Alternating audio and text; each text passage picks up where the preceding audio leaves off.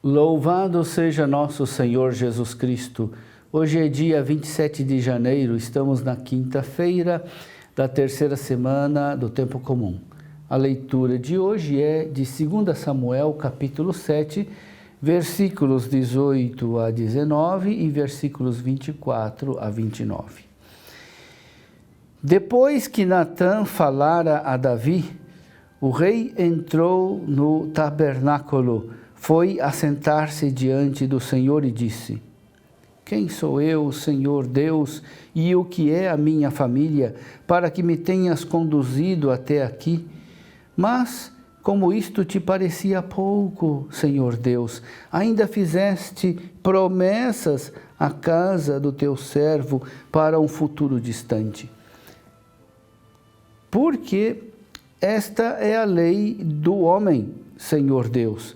Estabeleceste o teu povo Israel, para que ele seja para sempre o teu povo, e tu, Senhor, te tornaste o seu Deus. Agora, Senhor Deus, cumpre para sempre a promessa que fizeste ao teu servo e à tua casa, e faze como disseste. Então o teu nome será exaltado para sempre, e dirão: O Senhor Todo-Poderoso é o Deus de Israel, e a casa do teu servo Davi permanecerá estável na tua presença. Pois tu, Senhor Todo-Poderoso, Deus de Israel, fizeste esta revelação ao teu servo: Eu te construirei uma casa. Por isso o teu servo se animou a dirigir-te esta oração. Agora, Senhor Deus, tu és Deus e tuas palavras são verdadeiras, pois fizeste esta bela promessa ao teu servo. Abençoa então a casa do teu servo, para que ela permaneça para sempre na tua presença.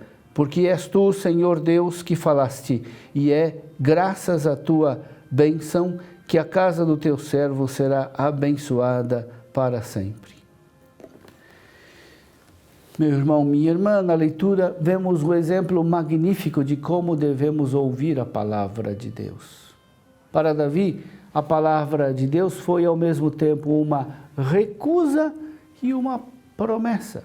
Davi tinha o projeto de construir uma casa para Deus. Era um projeto grandioso, um projeto generoso, mas que Deus não aceitou.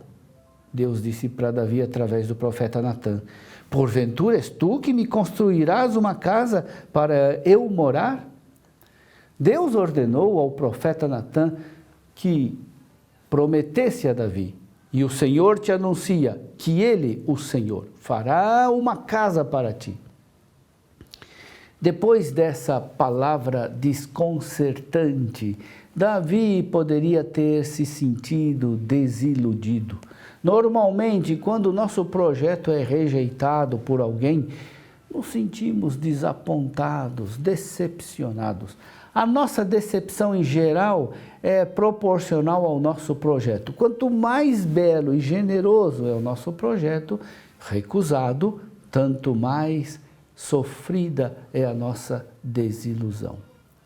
O projeto de Davi era realmente o mais belo que alguém poderia oferecer a Deus. Construir um templo para o Senhor. É um projeto generoso, pois Davi, ao construir o templo, não busca a sua glória, e sim a glória de Deus. Se eu estivesse no lugar de Davi, provavelmente teria reagido com amargura e desânimo. Eu tinha um projeto tão bonito e grandioso em honra de Deus, e Deus não quis aceitar. Deus preferiu outra coisa. Mas isso, o que ele propõe, não é tão bom quanto o que eu queria fazer.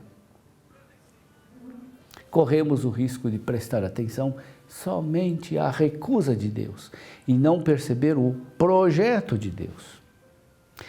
A leitura de hoje reproduz a reação de Davi ante a recusa de Deus e a sua promessa. Davi ora, louvando a Deus. Em toda a sua oração, Davi não menciona o seu projeto de construir o templo para Deus. Ele simplesmente deixa de lado o seu projeto pessoal e acolhe a promessa de Deus. Eu te construirei uma casa. Davi só tem a agradecer e a pedir que Deus realize a sua promessa, que ele construa a casa para ele. Esse é um exemplo esplêndido, um exemplo difícil de ser seguido. Quantas vezes nós nos agarramos a um projeto pessoal, considerando o mais belo e bonito do que até o projeto de Deus nos propõe. Pensamos que o nosso projeto, pensamos que seja o nosso projeto aquele que foi inspirado por Deus. E não acolhemos a inspiração de Deus que nos promete algo muito melhor. A vontade de Deus se manifesta diferente dos nossos projetos e corremos o risco de pensar que são os nossos projetos mais importantes do que a vontade de Deus. Assim ficamos amargurados, desiludidos com a vontade de Deus, incapazes de pensar além da nossa própria vontade. Davi, ao contrário, acolheu plenamente a vontade de Deus. Quem sou eu, Senhor, meu Deus? E que é a minha casa para me teres conduzido até aqui? Seja engrandecido o teu nome para sempre. Por isso o teu servo encontrou ânimo para dirigir-te esta oração. Essas são palavras de alguém que prefere fazer a vontade de Deus em vez de fazer a própria vontade. Davi agradece a Deus por ter recusado o seu projeto e tê-lo invertido. Não será Davi que construirá a casa para Deus, mas é Deus que construirá a casa para Davi, ou seja, vai conduzir sua descendência a fim de que dela nasça o Salvador, Jesus Cristo. Prestemos atenção ao modo como o desígnio de Deus se cumpre. Deus fará surgir o Messias da casa de Davi. Por quê? Porque Davi soube acolher a promessa divina sem se importar com a recusa do seu projeto pessoal. Quando fazemos a vontade de Deus, isso permite que Deus realize suas maravilhas. Deus pediu a Davi uma renúncia em vista do cumprimento do desígnio divino. Graças à abnegação de Davi, Deus pôde conduzir sua descendência para a salvação de Israel e para a salvação de todos os povos. Davi soube acolher a vontade de Deus e por isso lhe foi prometido e lhe foi dado muito da parte de Deus.